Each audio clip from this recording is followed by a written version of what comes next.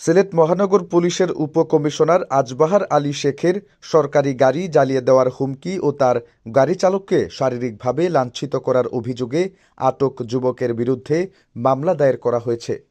সোমবার বিকেলে আজবাহার আলী শেখ সিলেটভিউকে এ তথ্য নিশ্চিত করে বলেন, ওই যুবকের বিরুদ্ধে রাতেই মামলা দায়ের করা হয়েছে। আজ সকালে তাকে আদালতে প্রেরণ করা হয়েছে। আটক যুবকের নাম জিয়াউদ্দিন আহমদ।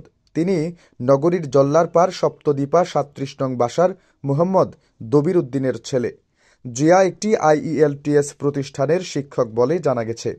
এর আগে রোববার রাত ৯:৩০টার দিকে মহানগরের জিন্দাবাজারস্থ রাজা ম্যানশনের সামনে পুলিশ কর্মকর্তা আজবাহার আলী শেখের সরকারি গাড়ি জ্বালিয়ে দেওয়ার হুমকি ও তার গাড়ি চালককে শারীরিকভাবে লাঞ্ছিত করা অভিযোগে এক যুবককে আটক করে পুলিশ।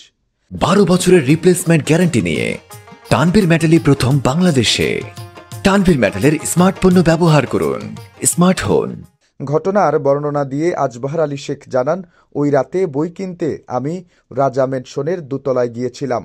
আমাকে নামিয়ে দিয়ে আমার গাড়ি চালক গাড়ি পার্কিংয়ে নিয়ে যেতে লাগলে হঠাৎ করে জিয়াউদ্দিন নামের ওই যুবক আমার গাড়ি চালককে অকথ্য ভাষায় গালাগাল দিতে শুরু করে এবং গাড়িতে আগুন ধরিয়ে দিবে বলে হুমকি দিতে শুরু করে।